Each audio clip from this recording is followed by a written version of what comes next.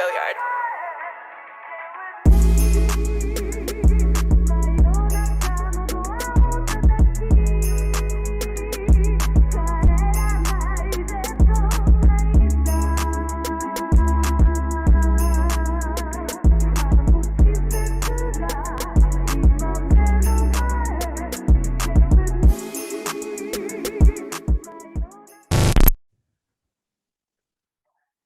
Hello and welcome back to the CFCTALK podcast. I'm your host, Mohammad Soleja, as always, joined by Amart. Alex couldn't make it today as well, but no worries. We've got the incredible Travis, also known as Crossroads CFC from Twitter tonight, joining us to share his thoughts on a great performance tonight. I can say from Chelsea against Tottenham, a dominating one. Hakim Ziyech with a world-class goal, and then Thiago Silva just joining in, adding to the celebrations.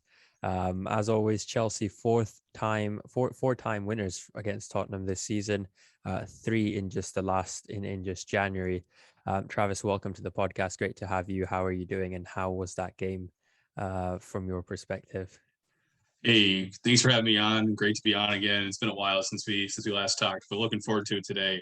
And what a match to break down and talk about. You know, finally, it's been this just month and a half seemingly malaise. The only time that we come out of this malaise is when we play Tottenham, it seems, right now. And, you know, we come into this match off a very, abject performance midweek against Brighton. And today just showed all of those things I think that we've been looking for and we've been trying to see more of. We've finally started to see the attack clicking. Just a great win overall. I was really impressed with the team. I felt that we actually controlled this one start to finish. I never felt like there was any danger that we were going to really slip up. We had that moment early on with Kane with his disallowed goal because he, kind of pushed Silva. It was just a very soft push, but it was a push nonetheless. But yeah, I mean, I think today was just one of those matches where we finally saw like a squad that looked like they were hungry to go out there and score. They looked like they were really wanting to get at Tottenham. And that was such a contrast what we have seen in terms of effort and overall happiness. He looked like the players were enjoying their game today. And you compare that to midweek and it was like almost the exact complete other end of the spectrum. So today, great result overall. A lot of the things that we saw midweek that had us all terrified were kind of alleviated today. And, overall, it's Tottenham is, now 4 straight wins against them this season. It's nothing to take lightly because it's one of those opponents where it doesn't really matter what the record are, what the standings in the table are, how things have gone. They're just a really good team when they play against us. It seems like for the most part, there's a lot of good games that have been played against them. It's just a rivalry match for us. So overall, I can't be happier with the result. I think, I actually was very, very pleased with the attack today. That was my biggest thing from what I saw today. Yeah, I definitely agree with him.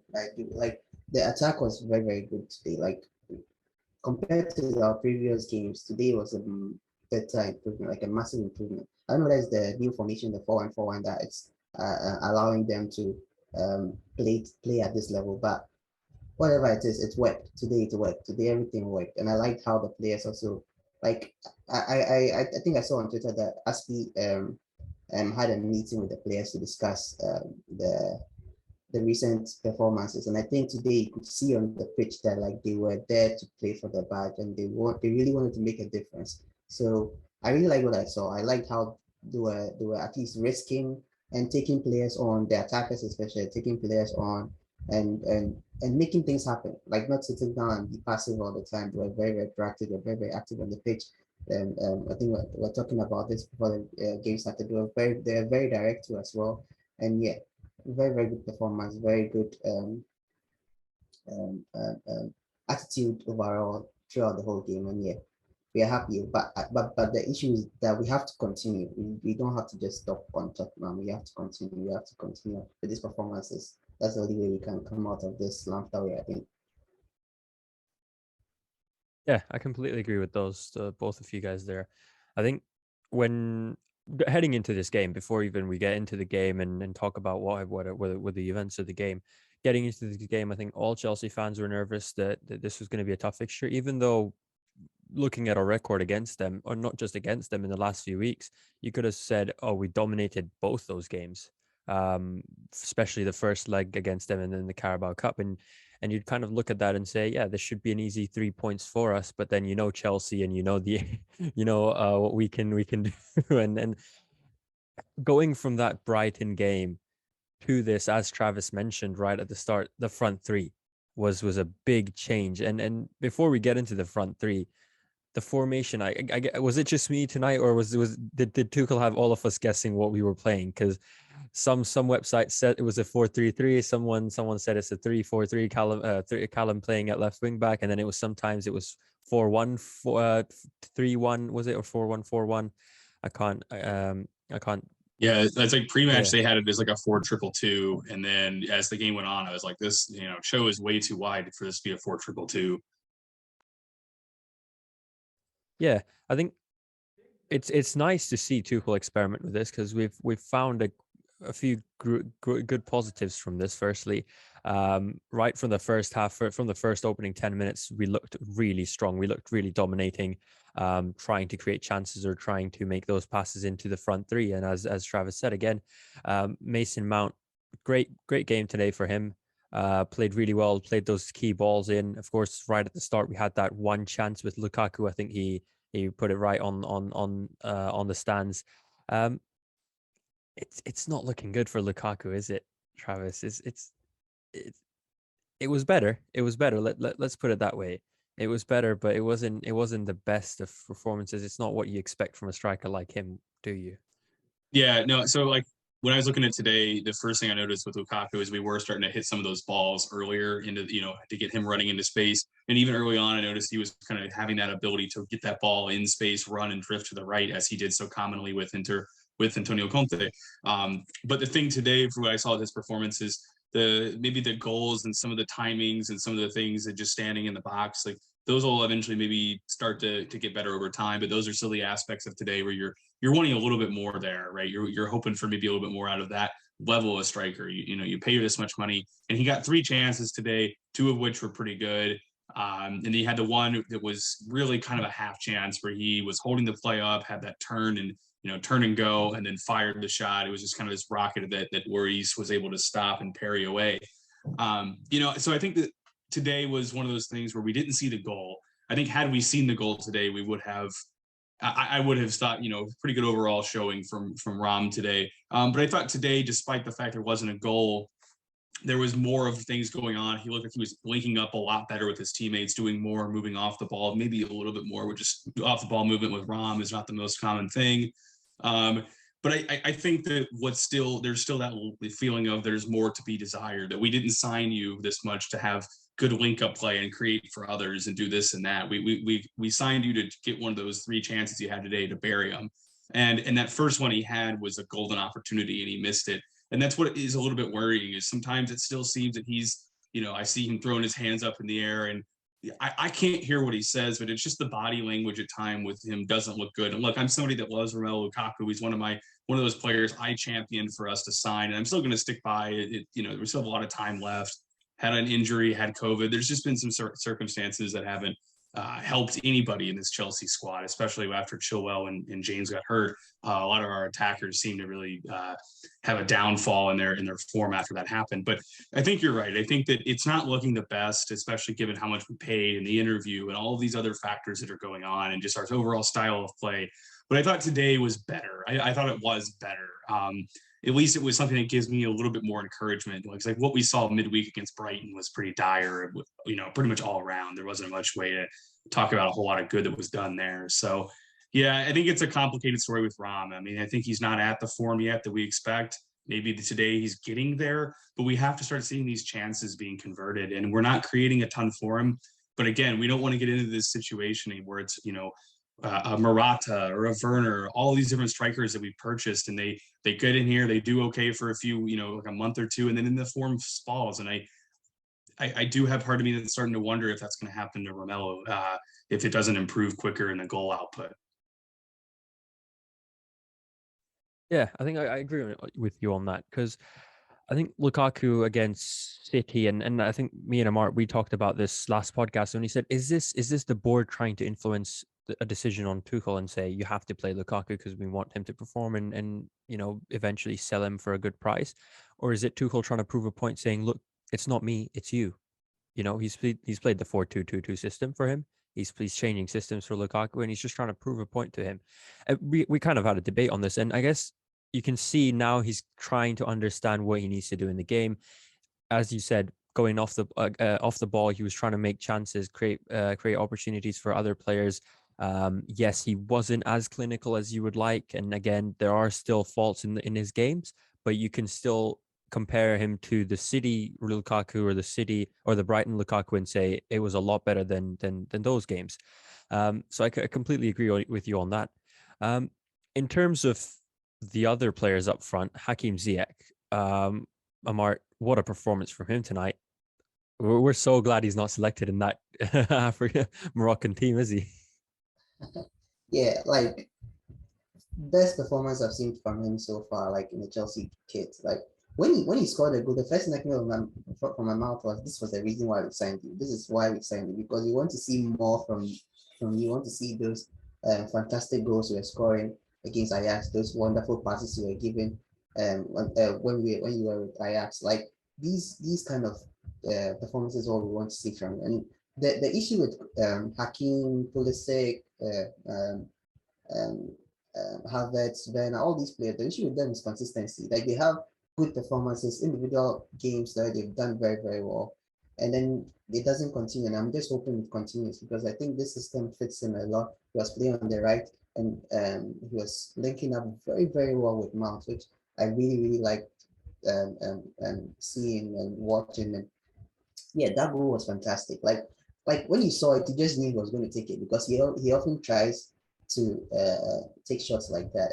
And I was very, very happy that Cho didn't attempt to take it. He laid it off for him and he put it on the plate. Like that was beautiful. That was very, very nice. That was a wonderful goal. Like top left corner, nothing Loris could do about it. Anything about it. He attempted to go, but I realized that if I go, I'll pull something. So he just stood and allowed it to go in because he was not going to reach it. So that was a beautiful goal. His performance throughout the whole game. And I think one thing too that we sometimes neglect is that his defensive abilities also is very, very, very good. Like the way he goes back to win 50-50 chances, sometimes he win balls and then sometimes to defend. He does very, very well. And he was doing it today a lot. He won some balls off the Tottenham attack and brought it into the final third for us. And yeah, he did. Today's game was very, very good. Like I can't highlight his performance with his link up with Mounts enough because it was beautiful to see. I just liked how they were clicking, how everything was working very well, and his passes in the first half was very, very good. He put some really dangerous balls into the the box, but unfortunately nobody was there to reach or to head it or anything like that. But yeah, like it was promising, and I hope it continues. I really hope it continues because if it does, he'll be one of the best players we've signed in a very long time. I really want to see it happening. Yeah, I think Ziyech was fantastic tonight. With this ball movement, off the ball movement. I mean, as Amart mentioned, what was it?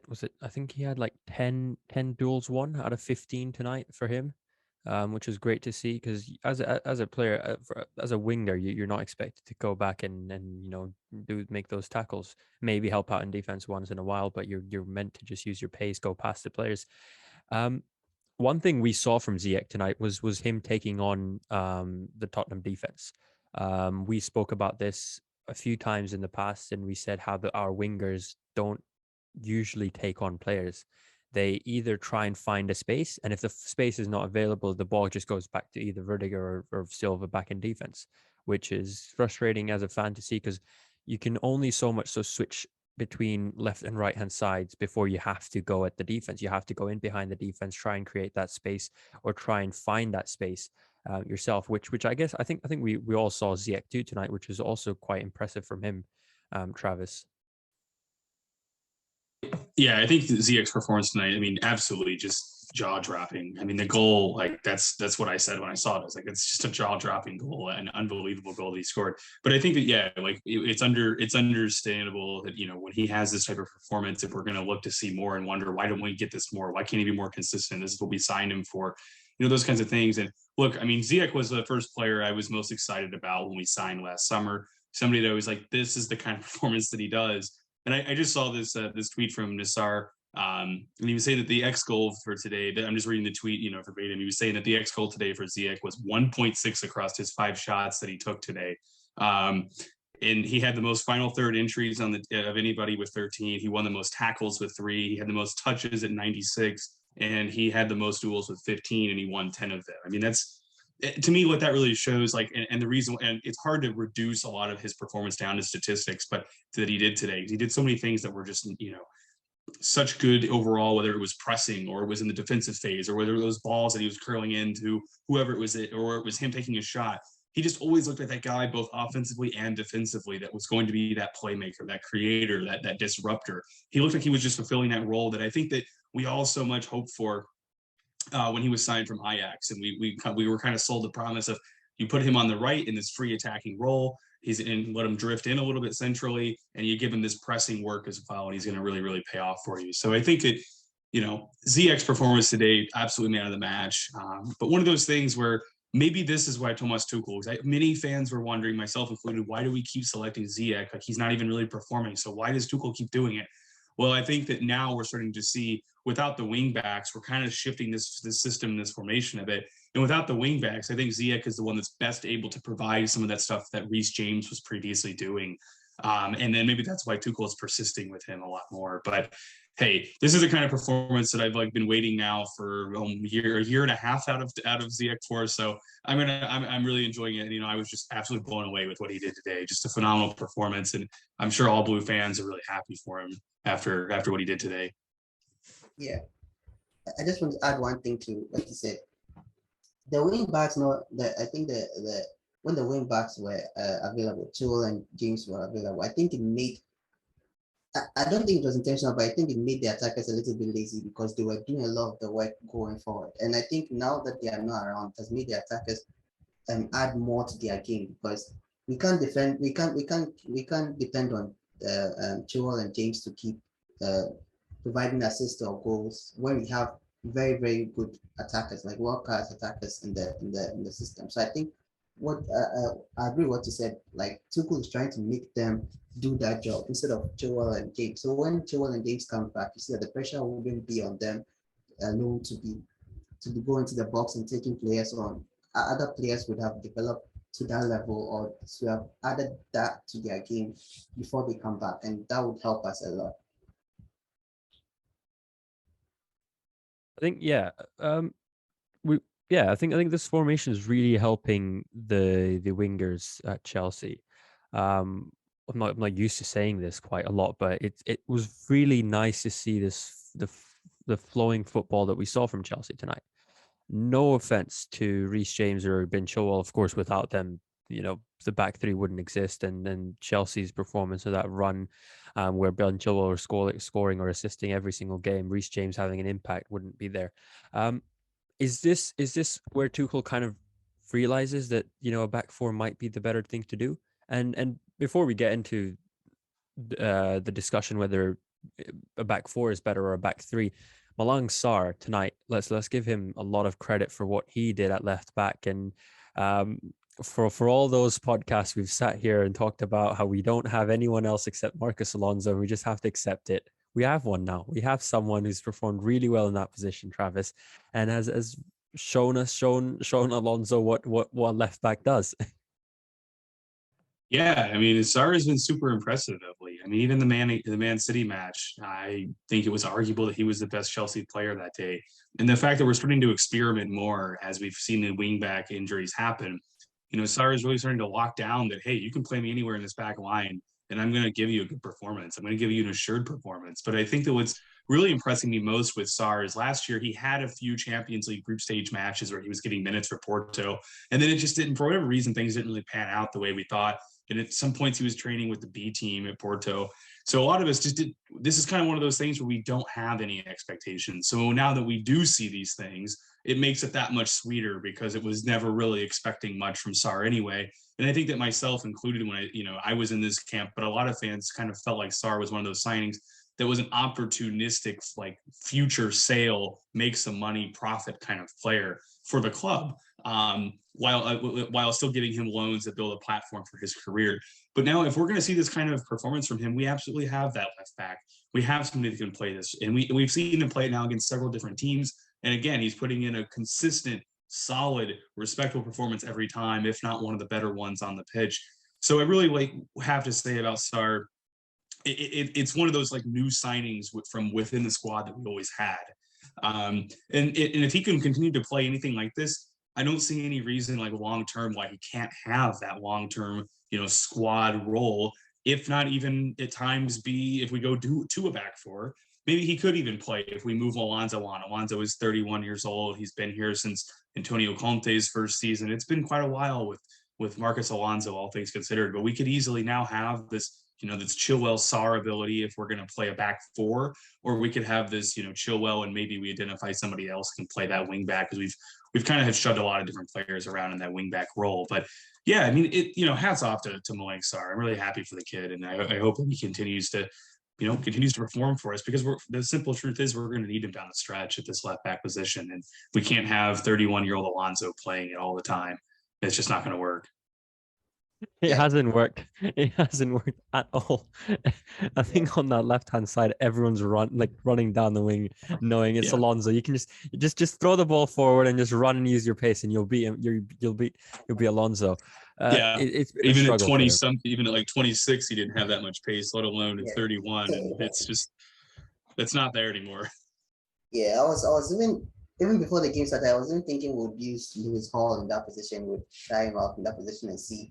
But Sarr was it was a surprise to us all, and he did very, very well. I didn't think he would play in that position the way that as well as he did, and he did. I think he was one of our better players on the pitch, or one of our best players on the pitch today. The way he was even coming back to help Silva and Rudiger as well too was very good. I think the formation also helped him a lot, because he didn't do the typical things Alonso was doing or Chilwell was doing, as to moving forward or pushing the ball forward and taking the defenders on. He was sitting back and he was controlling that left side very, very well, which is very, very good. And sometimes he came in to help Silva and Rudiger as well. I really liked it. And the set pieces, the way he was helping a lot too in those corners, the set pieces, trying to heading the ball out, always reaching there before the first players. That was very, very impressive. That was very, very impressive. And I just hope we could, I keep saying this, but with Chelsea, all I want is consistency. If you give us a good performance today, but Sarr has proven that he's very consistent. So I know with Sarr, we're going to see more from him if it's given the opportunity. Yeah, I completely agree with you. That challenge on Sarr as well, just to touch up on that, it was a very early red card for me. I know there were some fans, probably neutral fans or Man City or Liverpool fans, trying to neutralize this game, but it was a clear red card. And the one thing that I don't understand with VAR is, if there's something that has a possibility for it to be a red card, why aren't we at least giving it a yellow if it's not deemed as a red? Because we only go into a VAR check if there's a chance of it being red. And then how can we walk out of a VAR check with it being a throw in to Tottenham? Yeah, that was an astonishing decision from VAR, and I didn't want to complain so much because we were praising VAR when we last played Spurs in the Carabao Cup. But yeah, this was, I don't know, there's just something, it just reminded me of the Mane foul against on Aspie when we played against Liverpool. I don't know, is it because they feel like it's too early into the game, they don't want to give a red card and ruin the game? But a red card is a red card, and exactly. Yeah, a red card is a red card. He stepped on him. Because that could have broken his leg. That could have broken his was it his ankle that he stepped on? He could have broken it, or his shin. He could have broken it. And if what would they say if it was broken? Would they still say it's not a foul? He stepped on him. He stumped him. So he has to go off. But I don't know why he was still on, and I don't know. It's and to your point about the yellow card, I think VAR is not supposed to check yellow cards. I think that's why the issue. I think with VAR, it's only on red cards, penalties, and I think that's it. So with yellow card, there's nothing that the VAR can do about. I think that the referee should have given him a yellow card for that, and the VAR would check to see whether it's a possible red card. But the VAR can't give a yellow card if the referee hasn't done that. So it's Yeah, but unfortunate. don't you think that rule needs to be changed now? I think Yeah, that rule needs to be changed. yeah, it does. It really has to. It really has to. Like they have to tell the referee that this foul is a yellow card offense, so you need to give a yellow card. But I don't know whether they want to. They don't want to take all the power away from the referee, because if you do that, you're basically taking all the power away from the referee, and it feels like if they add yellow card to it, then they'll be checking every foul that has been yellow carded, and that is what the probably they don't want to do. They want to use it to disrupt the game too much. But yeah, I agree that with this kind of situations, if they deem it not to be a red card, they should tell the referee that this is a yellow card offense. Like he should be yellow carded for that offense. The offense. Yeah, it was a red card for me too, just because to me, I agree with what you're saying. I think it's just because it was so early in the match, just like the Sane, move that happened against Aspi. That's the reason why they didn't give a red card for that, is because it was so early in the match. But I don't understand why officiating, when they're on the field and it's early in the match, why that somehow impacts how severe of a challenge that it is. Regardless of time on a clock, the challenge is the same, whether it's 90 minutes or 60 seconds on the clock. It's the same challenge. So why is it evaluated differently? And I've never understood, even as a player, why it was done that way, let alone like as a fan, and you see this at a professional level. The rule is the rule, right? It doesn't have a caveat in the rules of the game that says, this is a time-dependent challenge for what decision you give. It's not. It should be a coherent thing that's done. And the fact that that goes to VAR, and you can literally see Sarr's ankle while he is stamped starting to roll on the pitch. I mean, and that's a situation where if there's too much pressure, it's going to snap. It's going to snap his foreleg from his ankle. And how does that happen? And it goes to a check, and you can literally see the ankle starting to roll from the snap. That's not a violent conduct. And to make it even worse, this is what really frustrated me when I saw this, is that Sarr has the ball. His back is to the defender who's coming at him to make this challenge. He plays a pass, he takes a step, and then his foot gets stamped on. I mean, it wasn't even like it was a close play and it was something that I give a little bit of a benefit of the doubt to the defender. There was no benefit to the doubt for the defender in that case. There was none to be made. So I just don't understand what everybody collectively was looking at. And I'm saying this as unbiasedly as I can. Taking away my Chelsea allegiance, I still look at that incident and like, it doesn't matter when it happened. You saw what happened, the severity of what happened, and a little bit more force with a little bit more momentum of the defender coming in and making that stamp could have been a very, very, very different outcome for Malang Sarr. And it could be one of those ones that ends his season. And that's something that has to be corrected. It just needs to be there needs to be a better job of that top to bottom. And we've seen some of these decisions. There was a few other ones, maybe we'll talk about that in the game, that were some baffling decisions from the officiating. Like the one I'm thinking of is when Aspi was like literally tackled to the ground, and that was nothing. And it went the other way. It went to Tottenham. There was a foul on Aspi is what they call it. But I don't know. I'll shut up about the officiating now. I think, no, yeah, you're absolutely right on that. I think clearly there needs to be something done. And if we're going to look at the side that helps Chelsea, it's the Harry Kane goal. I mean, realistically, we all look at it and first thought is, yes, it's not really a foul. I wouldn't give it as a foul. But again, as Martin Tyler and Gary Neville on Sky Sports said, it's his experience, Thiago Silva's experience. He realized he wasn't going to get that ball, and he felt the hand coming, and he took the foul when he could. And it's one of those situations where Silva's played it out well. But if there was a replay available to the referee, he would have thought, oh, this is not a foul. This is a clear goal for Harry Kane. Yeah. Yeah, it's those ones are like very, very tricky because because initially when I watched that, I thought Thiago Silva slipped. I didn't think at all that he pushed him or Kane pushed him. I just thought he missed the ball and he slipped, and that's what happened. So when the replay came and I saw it, there was definitely a push. So I think the contact is what's important. Like no matter how hard or soft it is, the contact is what's important. And the way I take it is that if it happened the other way around, like Silva was the one pushing Kane, there would be a call for a penalty, definitely a call for a penalty, whether it's a soft or hard, and that would have gone for Spurs and against us. So I think yeah, it should have been disallowed because it pushed him. It would have been better if Kane didn't make any gestures at all. Just waited for the ball and got it because I think he would have been going down anyway, or he would have missed it anyway, and Silva would have missed it anyway because of how the ball came in. And I think he just missed the direction of the pass, and it just went behind him. So that was fortunate for us that he touched him, and very very fortunate for us that we have a very very experienced defender, Thiago Silva as our player, because that was very very smart thinking from him. He knew it. He knew. I've seen really got to do those kind of things here and there in previous games, but he just knew that if I'm touched, I'm going down, and he was touched and he went down, and it helped us.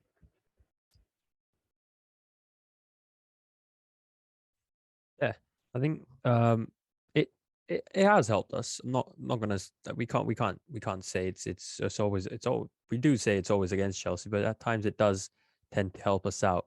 Very few of those times, but got very lucky with that foul Travis, didn't we, with Thiago Silva and the experience he has. What a defender and what a goal scorer he is, I should say. He's got more goals than anyone in the season in the front three.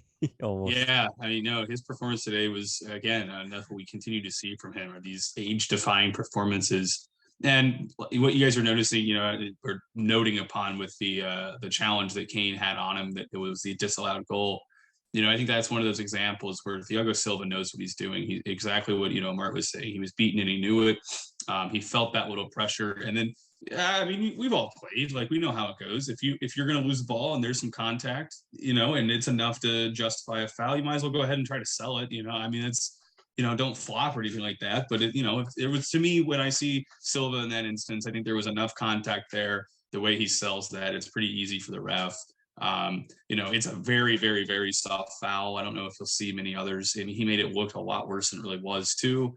With the way he kind of like dove and slid on the ground a little bit, but that was one of those things where just it's a veteran player. It's a professional type of move. It's a very smart tactical thing. And you might argue whether it's actually a foul or not, but at the end of the day, it was checked. It was agreed upon. Yeah, there's enough of a shove here that this is a foul against Kane. And I think what we were saying, Amart, is that if this was happening the other way around, where it was Silva pushing Kane like that, it probably would be a penalty kick.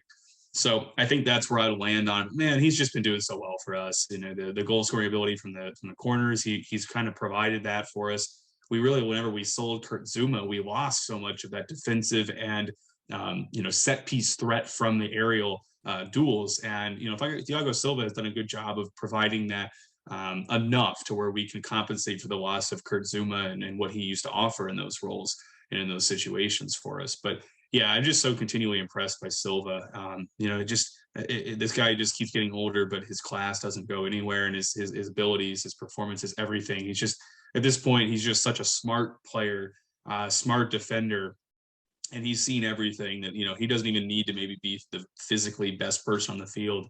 And that's what I think I'm so impressed with. And he's able to just slot into this team that has a kind of a mix of people, whether they're in their prime or still developing, and he's still putting in the exact same performances. And I think it looks like he is just a very, very natural fit for this team and works very, very well. And besides, initially when he was here, a few bad games to start, he's been unreal for us. So yeah, hopefully it continues. He's back next year. There's a lot to suggest it can continue. Because it doesn't really look like his body's given up, and the way he actually plays doesn't look like he's going to need to be able to make these, bursting runs all the time. So really impressed with Silva. He had an incredible match today, and I'll leave it at that. Yeah, I think it just gets better with Silva. You think this is the peak, and then the next game he's going to come in and he's just going to bring it even higher, and you'll sit there. And as you said, jaw-dropping performance again, and you'll think, is this the best that there's going to be, or is it going to be is it going to get better from here? I like your comment on the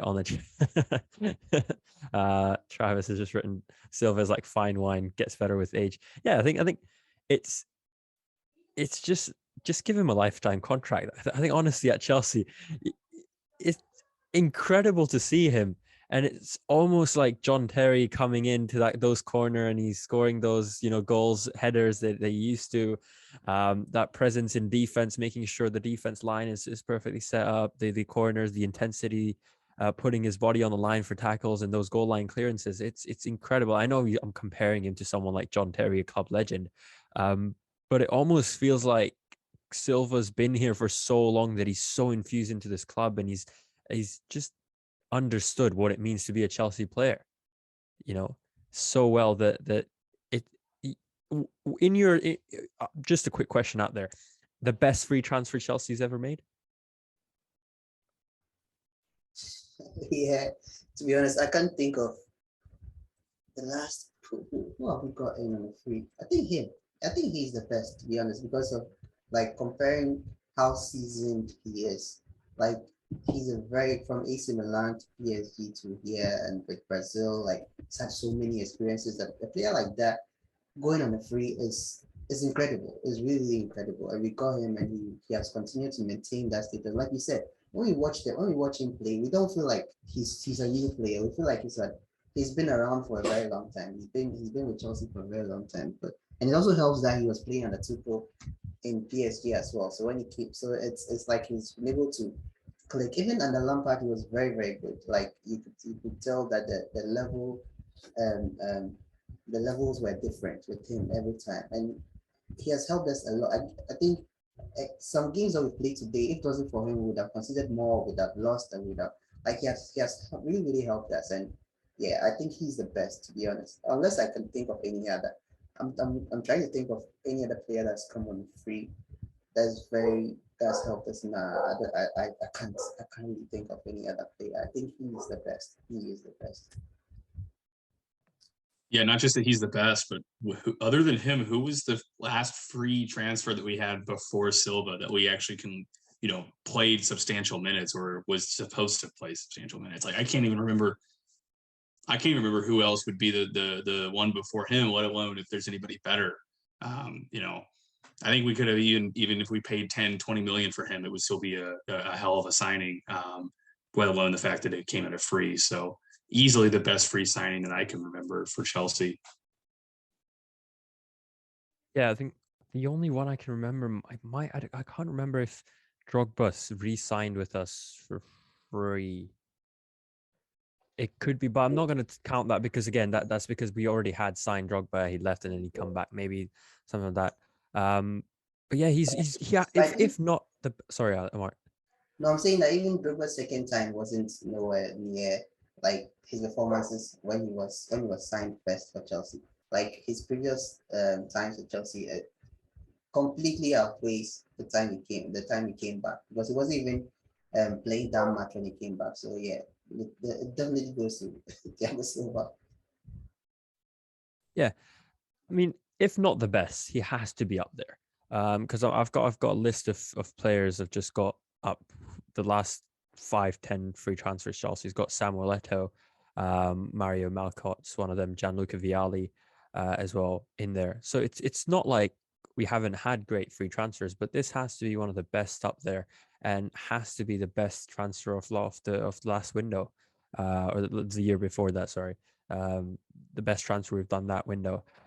Going back into the game, I guess the only negative, or I don't want to touch on this a lot in here because I thought it was a brilliant performance overall.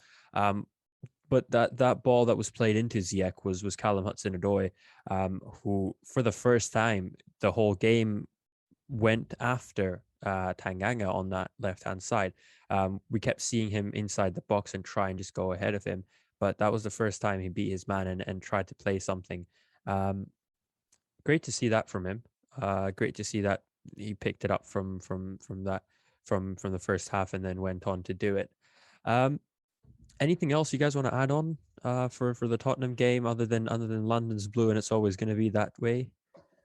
I just want to add on Callum. I think in the first half, before Tanganga got a yellow card, I think he wasn't trying to take him on that often. Like he gets to him and then he passes it, and tries to cut in or tries to pass it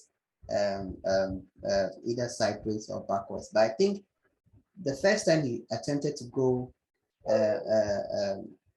or run with Tanganga and take him on, Tanganga got a yellow card, and I think that boosted his confidence, because after the yellow card, he kept trying it and trying it and trying it, and it worked. The one leading up to the goal worked. It was a very brilliant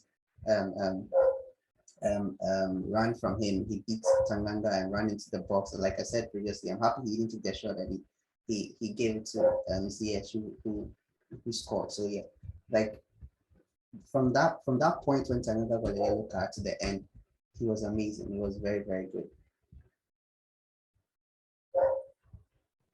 Yeah, I would just add that, kind of going to what you were saying from there, I think that that first goal, Hudson-Odoi had a really good run where he beat him on the sideline, held him off, cut in, found Ziyech, and then, Ziyech does his magic that he does. But yeah, I think that, what stuck out to me was just how well the attacking play worked today while still being in a back four. And I think that's what stuck out. And, I think that's what most fans might be having their most immediate sticking point compared to what we had seen in the previous few games. So this is something that I think gives us a lot of reason to think that this bad winter form that we were seeing is something that can easily be corrected now in the long term and as opposed to the short term, because the Club World Cup is coming up. And, I think that given that, for what we've seen today, that should be another assured trophy. And maybe that trophy, if won by the club, gives the squad that extra bit of confidence to kick back on and get back with it in the league. And, we know it's probably over this year for a league title challenge, but I really now just want to look for momentum and continual improvement within the league and just getting that top four finish. Yeah, absolutely right there. Club World Cup next for Chelsea. I guess the FA Cup against Plymouth. But the closest trophy we can win now is the Club World Cup. And then we've got when we come back, we've got the Champions League, and then the Premier League kicks in, and then we've got the Carabao Cup. So February is quite an important month for us. We end January on a high note, finally getting a win. This was our first win in the last 4 games, I think it is. Still unknown to us who we play in the Club World Cup, but it's a great opportunity, Amart, to play both the strongest team available to us, in my opinion. I think it's a trophy that we have struggled to win. I can't remember when was the last time. It must have been way back when we competed in this, because we haven't won the Super. Sorry. We played it. The last time we played it was in 2012. Did we? When we won the Champions League. But did we win the Super Cup though? I can't remember if we won the Super Cup that year. Did we? I can't. I think we did. Because we had the Super Cup after we won the Champions League, and then I can't remember who we played, but then we was it Atletico Madrid, and we lost, right, against Falcao. Yeah, and then we had the one against Bayern Munich, right? Bayern Munich, and we lost that one too. And then we played against Liverpool, lost that one too, I think. So yeah, Amart's actually right, because we did play in the 2012 one, but we lost to the Corinthians. Yeah, we did. I remember watching that. I was in I think I was tertiary at the time, and they scored the last minute goal, and that was like, it was devastating. I remember, because it's a usually the teams that win the Champions League win it. I think apart from us, the teams that win the Champions League win it. So it was something that, like, everybody, by the time I was watching with my friends at school, and we're like, yeah, this is something we're going to win. But Corinthians' performance that day was just unbelievable. Like, you could see that they really went toe to toe with us, and we're struggling to score. We're really struggling to score, and they scored a last minute goal and they won it. And we haven't really had the opportunity to play, because Europa League teams, the winners, can't play in the Club World Cup. That would even make it. I don't really know why they don't allow Europa teams, Europa League winners to do that, but that would make it more exciting. I think they don't want to include so many competitions from Europe. They only want one from Europe, and it makes sense. That makes sense. So now we've got the opportunity to do it again. I just hope we go there and win it, because I can't stand. I don't want us to lose it. Because the Tuchel has done things for us where Like we've tried to win the Champions League ever since we won the 2012. Tuchel helped us win it. We hadn't won the Super Cup since we beat Real Madrid in the 80s or 70s, and we won it. So Tuchel can do another one for us, another magic for us, and let us win the Club World Cup for the first time. So yeah, I'm really hoping. I'm looking forward to it. Like you said, I don't really know the teams that we are playing yet, so I'll have to check and find out to see the teams that are playing yet. But we should win it. We should win it, and like we should use both. We should mix it up, like both the youth and then the first team players. We shouldn't take it for granted. That's all I'm hoping for. We shouldn't take it for granted. A trophy is a trophy, no matter whatever it is. We need to win it. Yeah, I think it's a perfect opportunity for us to bag another trophy right before the Carabao Cup one on the 27th of February. It's a perfect opportunity for us as well in terms of not having a Premier League game for another month until the 19th of Feb almost. So just competing in different competitions, trying to get as far as we can in those before we come back and we have to concentrate on playing Premier League teams and trying to get into that top four. And rightly said, we're out of the title race. It's just close. It's I don't want to say statistically impossible because there must be a way of Man City losing every single game, Liverpool losing a few games, and Chelsea going up, but it's impossible. It's impossible. Top four is the aim right now, and with Tuchel, we've lost in the FA Cup final, we've won the Champions League final, and we're in the Carabao Cup final. So it's looking good. We've made 3 out of 3 finals so far. Hoping that we do get to the final of this one as well. I would just say that we should play our best 11 in those competitions. I think let's not give ourselves an excuse of losing the game. For me, if I don't want to play our academy, and not that they're bad, but just play the academy and lose a game or struggle in that game and then end up sitting there and thinking, what if we had the best 11 possible? What if we had Mendy would be available as well by that time, so we would have Mendy and everyone back into the team.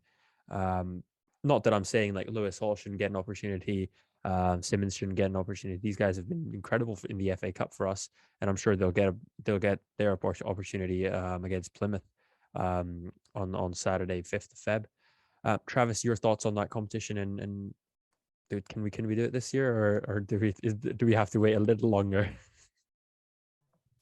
No, I think we're going to do it this year. I think really besides the Premier League, that's the only one that's really without any doubt probably outside of our reach now.